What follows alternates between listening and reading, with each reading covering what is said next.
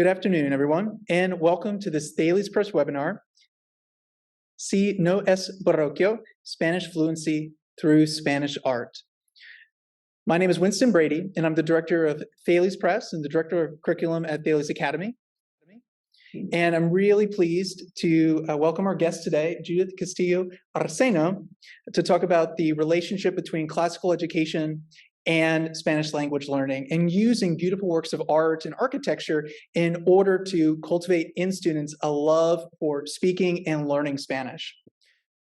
For anyone who hasn't attended these Thales Press webinars, the goal here is to create an opportunity where students and teachers can share ideas that make learning a joyful and engaging experience.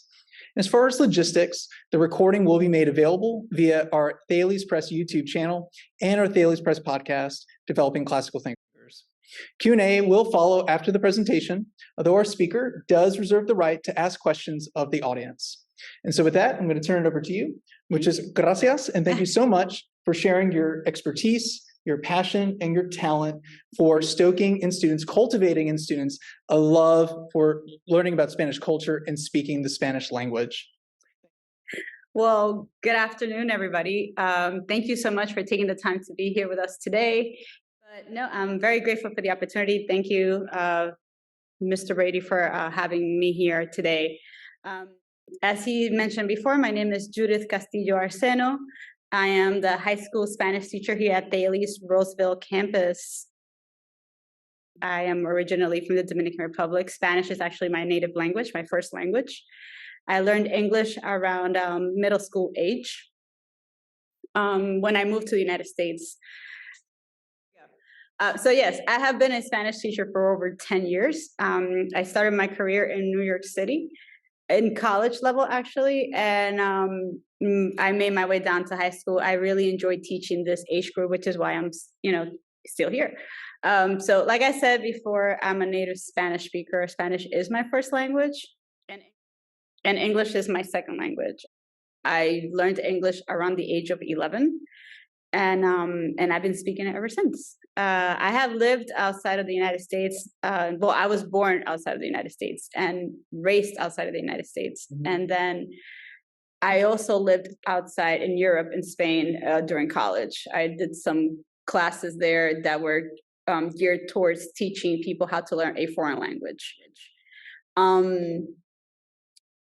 To me, it's extremely important to bring art into the classroom because it allows us an opportunity to be able to communicate in the new language that the students are learning. When the students bring different types of art into the classroom, when we do our units related to art, it allows us to not see just their interest in terms of the different types of art, whether it be printed or whether it be digital, but also allows them to communicate and engage with deeper ideas and deeper, well, not deeper, but more complex vocabulary in terms of art, which we see mostly when we get to the higher levels, like Spanish 3 and Spanish 4. So in our classes, when we teach a foreign language, a lot of people forget that it's not just a language that you're teaching to the students. We are also teaching them our culture. And luckily for us, Spanish speakers, we have many, many cultures to choose great examples from. In this case, I have some examples to show you guys, especially from Spain, because the class or the class that I chose to share with you guys is one of the ones that I teach to my Spanish 4 students before we are learning to read poetry from the Baroque period in Spanish. So to me, to be able to show them the cultural intricacies of Spain during the Baroque period is extremely important because otherwise they wouldn't understand where the author point of view comes from. And then by doing that, I'm also providing them with more advanced vocabulary that improves their fluency. So fluency, why is it so difficult to maintain? Well, think of it when you're learning to ride a bike, or maybe when you're learning to do a mathematical problem, like maybe fractions, or let's make it even simpler, your multiplication tables, right? In order for you to be able to learn them and use them well, you have to, first of all, memorize them, right? But then you actually have to give it real world not just meaning, but also application, right? So the same thing happens with a language. When we don't have real world application, we don't tend to maintain what we've learned. Therefore, in our classes, I try to relate most of my units to real world scenarios because it allows the students to interact with the language in a way that they would in an everyday. So every single unit in Spanish 1 through 4 has an oral project component that includes all of the vocabulary that the students have learned in that unit, and it's related to a real world scenario.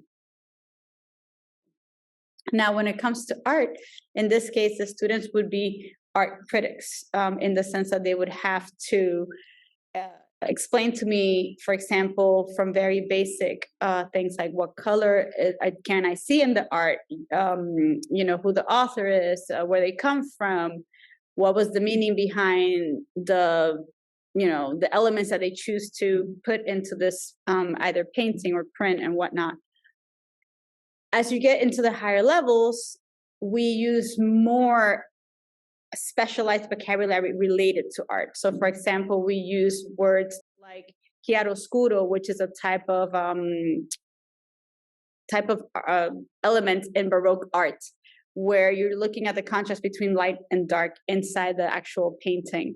We also use words like fondo, which means the background, antefondo, which means the foreground. These words are words that they are seeing, let's say, in, for example, art class, right? But we are transferring them into Spanish, and then we're using the idea of being an art critic as a real world application, which allows them to practice, because in my classroom is probably the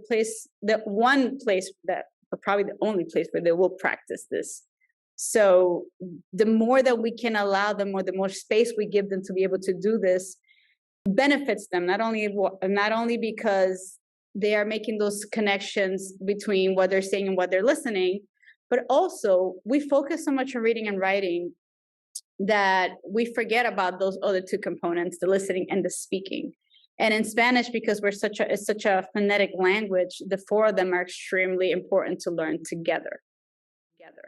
The way that we speak is the way that we write, is the way that we read, is the way that we hear things. So it is extremely important to not disregard one over the other, if that makes sense. So I love this Chinese proverb. It says to learn a language is to have one more window from which to look at the world. And to me, that is a very real thing, because I live that in my own personal life. I see my life and I do my teaching from two different perspectives, right? The one from my native language and my native culture where I'm from, and obviously my adoptive culture and language, which is the United States. And that dichotomy is great because it allows me to see both perspectives, like where my students are coming from, but where the artists, let's say, that I'm teaching them also came from.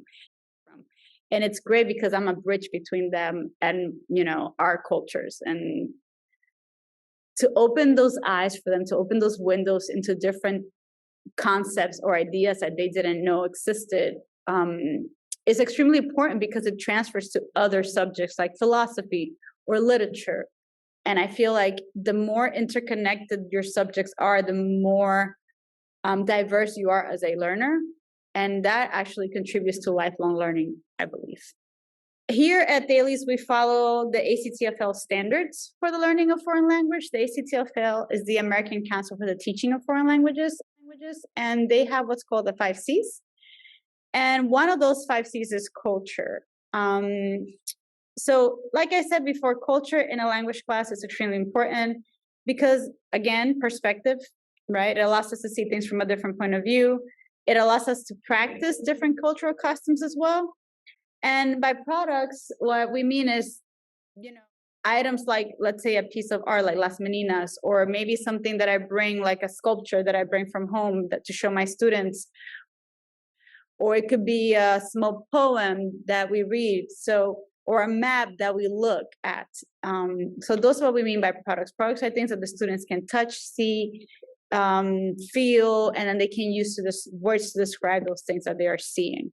So the idea is to interconnect these three in order to provide a cultural experience in the classrooms through the language for the students. Okay. So the way that I personally implement culture in our classrooms here at Thales. Is obviously we start with a lot of planning. What is it specifically? So what vocabulary are we going to use? What grammatical context is going to be applied here? What examples of art are we going to use for that specific unit? It's important to know your content as an instructor. So anything that's related to the historical dates, names, specific types of materials that, let's say, the artist could have used, or that they had access to in the environment that they were in. So very, very important to know your content, because the kids will ask questions. And trust me, they will tell you if you are wrong or not. They will look for this information. We are teaching them to be analytical thinkers. So I expect them to do research. And maybe if I am incorrect, to help me and our other classmates know the actual correct information. But trust me, I always double check to make sure that, that I am prepared for them and their questions. And then obviously implementing is bringing all of that into the classroom and sharing it with the students. We have different ways of looking at content through this for school ages, right? So for example, kindergarten through 5th grade, it's very, very important to have a lot of visual content. The kids are doing a lot of connections with vocabulary. We should probably, I would say, concentrate mostly in very well-known countries, Mexico, Spain, for example, the Dominican Republic, which is very known in the Caribbean, here in the United States. In South America, we know Argentina, we know Colombia. So like these more, Peru, these very major countries are great to start with the younger ones, because it will impact them and it'll help them remember. So for example, looking at paintings from an artist like Frida Kahlo, for instance, that's full of color, very vibrant. It has like animals or things that have to do with nature, right? So those are great ways of describing adjectives in, for example, a Spanish 3rd grade class, for instance, right? Another way that I love bringing content for younger students is through songs, music. Holiday songs are great because they are very particular to different cultures of Latin America. So there are songs that we sing in Mexico that we don't sing in the Caribbean. So it'd be great to, show them different perspectives, as I mentioned before. Foods is probably another great example. But again, a lot of this is about visual content that you're going to share with them. At that age, we want enrichment through vocabulary, a lot of vocabulary enrichment. We can start building short sentences, right? Start teaching them the different parts of sentences, nouns, verbs, subjects. But we're not going to get into the nitty-gritty of conjugations and those things, because at that point, we want them to kind of fall in love with the language. We don't want them to feel overwhelmed by all the grammar elements of it. So I say focus very largely on visual content, making it very colorful, showing them stories and different things of that matter. All right, so yeah, when we are at the ages of kindergarten through 5th grade, a lot of focus on vocabulary. And I think some of the best ways are through a lot of visual content, short stories, traditional artwork, music, and foods. The idea is to help the students fall in love with the language. Once you get to the middle school, junior high age, the content can change a little bit more. We can add more modern topics in the sense of, for example, careers. We can talk about things of the impact of social media, for example, and in ways of we can positive impact through social media. We could talk about technology in Spanish. We could talk about science and scientific discoveries that have come from Spanish-speaking countries. We can also talk about historical components of Spanish-speaking countries. A great project that I've done with students, for example, in 8th grade, is to create a country project where the student chooses a Latin American country and they give their classmates a very thorough presentation of what this country is about. So for example, we start with things like their flag, their actual real name, what is the official language. It's not always Spanish.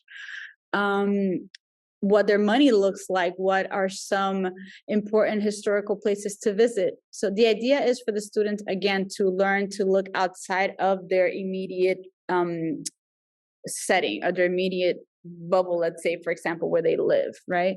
And again, we are imparting analytical thinking, research. We are also imparting how to build a presentation. At this point in middle school, a lot of our students learn how to put presentations together. So it's a great tool for teaching them that skill.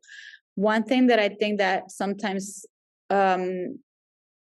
some teachers forget is that in language classes, we can apply a lot of the same skills that are applied in different classes. For example, once we get to middle school age, we can start writing small paragraphs, and small paragraphs can eventually become small essays.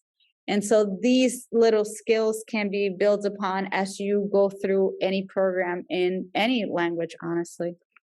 Once we get to high school, it's a little bit different. We focus more on the I, for example, right? So in ninth grade here at Thales, we focus a lot on vocabulary content and the present tense. How do we do that? We do that through talking about our lives a lot. We talk about our immediate content here at school, what we see in our classrooms. For example, I have different pieces of art in my classroom, and we can turn around and look at those and describe them using adjectives and using color, using height, using, what's it made of, etc. Right? Once we get to the higher grades, we get a little bit more in depth when it comes to more content in Spanish. So, for example, one of my favorite units in Spanish 3 to talk about legends. We talk about Aztec legends, Mayan legends, Incan legends, and then the students are asked to create their own legends in Spanish and share them with the class. By the time we get to, also in Spanish 3 and 4, I do teach cultural, not only an art unit in Spanish 3, for example, where students are asked to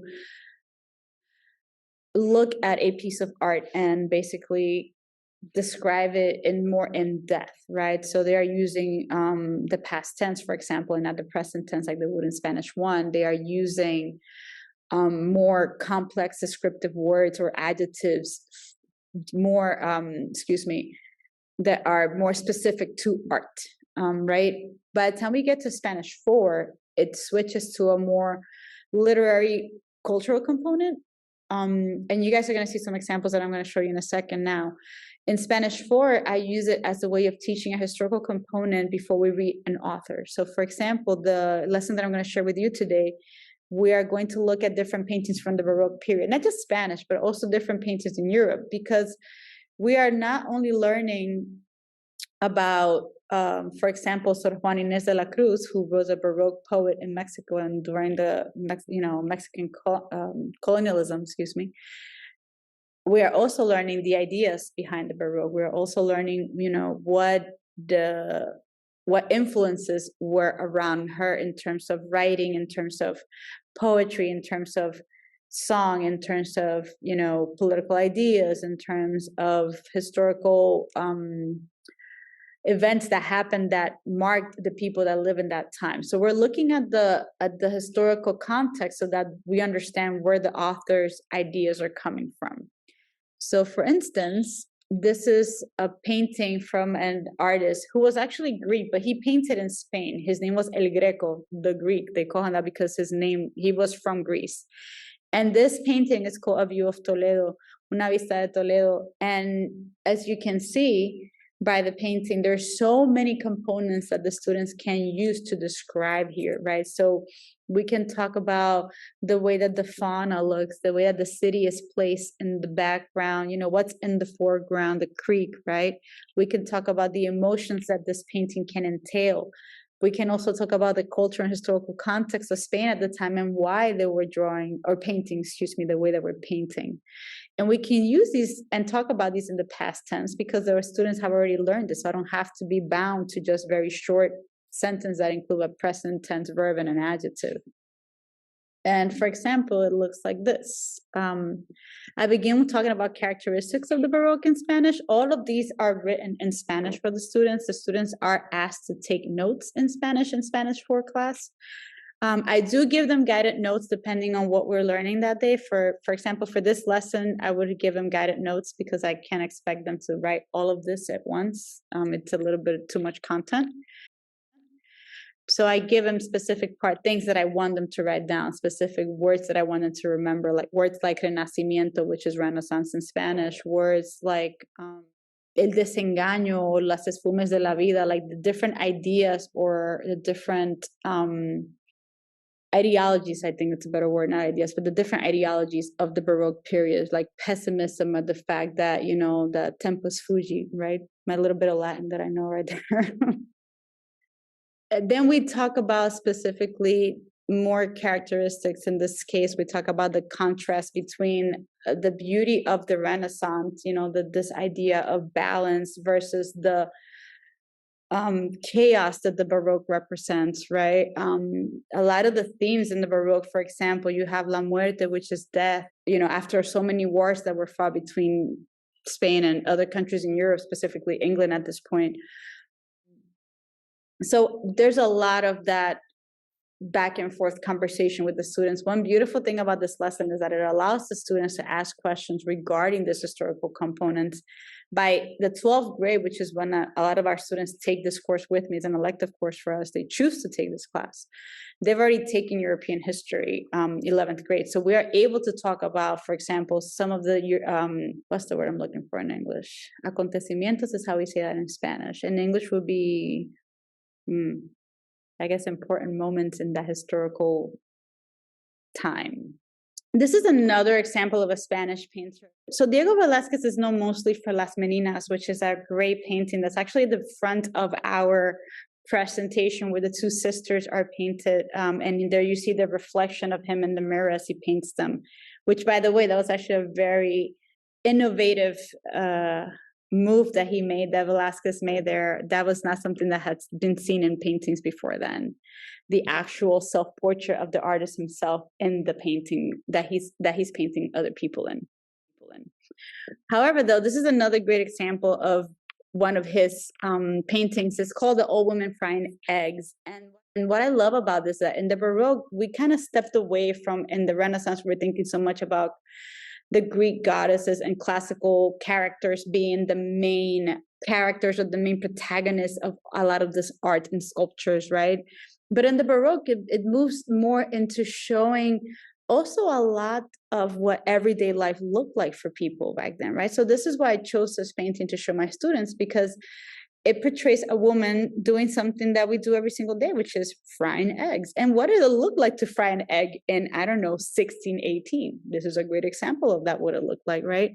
So what Velasquez is trying to do in this painting is not only just show the conscious, but also show, I don't want to say the word ugliness, but in a way, that's kind of what it is. It's the ugliness of what life had at that moment, that pessimism of life, of, you know, not everything is color de rosa, as we say in Spanish. Not everything is rainbows, I guess, in that sense.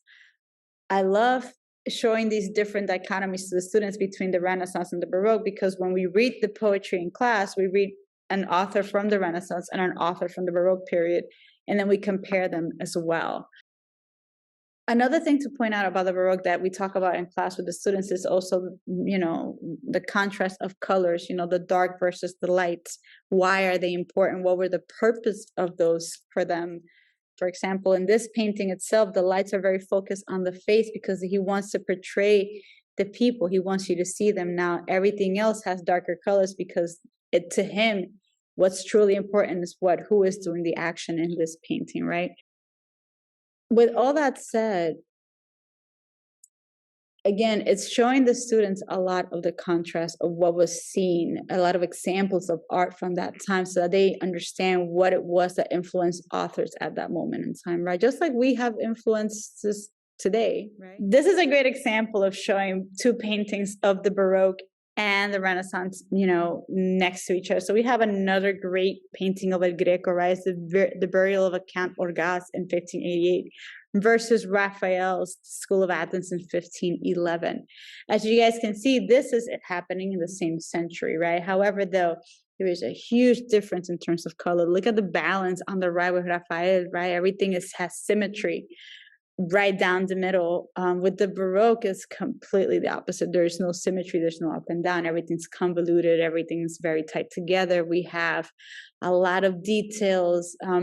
For example, in the Raphael painting, there's a lot of geometrical shapes, a lot of clean lines, right? With the Baroque painting from a Greco, it's a lot of curves, and there's no right or reason or rhyme, right? With the Baroque, we also went kind of back, and especially in Spain, we focused a lot on that religious component of how religion was part of people's lives, right? Which is something that we have stepped a little bit away in the Renaissance because of humanism, right? So that's kind of, again, it's going back and forth between those contrasts for the students as we discuss them in class. We also look at architecture. This is a sample of a chapel in Puebla, Mexico. I actually had the pleasure of being there myself. I did not take this picture, though. I will not take credit for this picture. But I do have a picture similar to this one at home.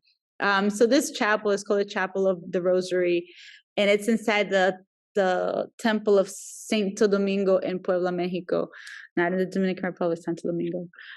So this Baroque architecture is it shows incredible attention to detail, but as well, very ornate, very busy detail, right? A lot of curves, like I said, not so much balance in terms of those clean lines and perfection of the Renaissance, right? This is very chaotic, just the way that I feel like humanity was kind of moving towards, with so many ideas kind of roaming in their heads. There was so much of that represented through poetry, through short stories, through literature, through art, through architecture. So again, it's just showing them how those themes carried not only in literature, but also through everybody's everyday lives, basically. This is a great example of actual buildings and structures through Spain that have this beautiful type of art. This right here is on the left, the big picture. It's in Seville. So yes, so this is another great example of Baroque architecture in Spain, La Plaza de España. It's important to remember that Spain is going through a huge transition at this time, even though its power was kind of waning down in Europe a little bit because of Philip II's wars with England. In Latin America, it's a whole different story. They are developing a huge colony, right? That transcends all the way to the 19th century, the end of the beginning of the 20th century almost. So a lot of things happening for Spain outside of Spain. In Europe, not so much. Their entire what do you call this? Empire starts kind of to fall apart during this time. Charles V had it at its peak. They used to say that the sun never sets in his kingdom because he had colonies in Africa and all of Latin America and in Asia as well. But one of the literary characteristics that we then focus more in class is called culteranismo. So, for example, this right here is Sor Juana Inés de la Cruz. She is a nun from Mexico. She wrote during the Baroque period, and she's one of my favorite writers. She actually, the culteranismo is when a author uses a lot of rhetorical figures, a lot of literary references. It's a very well-versed, well-read author, and you can see that through their writing, to the examples that they use, the metaphors that they use, the similes that they use. And then we have what's called conceptismo, which is what it values is not so much the content, but more the way it's written, right? It talks about the way the ideas are exposed through the play of words, right, to show intellect. So it's not just kind of like saying, I know this author, I know this author, I know this author, but here you can see how I know of these authors by the way that I play with the words and mention things that are in reference to them. So that is one way that we look at art in Spanish 4. In Spanish 4, we're actually very lucky because we get to look at different types of art, because we look at different types of stages of Latin American culture, right? So this is, for example, looking at colonialism. Then we move on to neoclassicism, and then we move on to the time of independence, where all the Latin American countries are becoming independent, and then we move on to modern times in the 20th century and all the isms like Cubism and Picasso and those guys. So the students and I in Spanish 4 get to see quite a bit of a lot of this art and how it influenced writers of their time. And I think that's it, right? Preguntas? Yeah. Okay, well, if you have any questions for me, I guess you can email them to Mr. Brady and I'll be happy to answer them for you. And thank you so much for being here with me. This was really exciting and extremely nerve-wracking at the same time. So thank you. And again, thank you for the opportunity of showing you guys what we do here at Thales. Buenas tardes.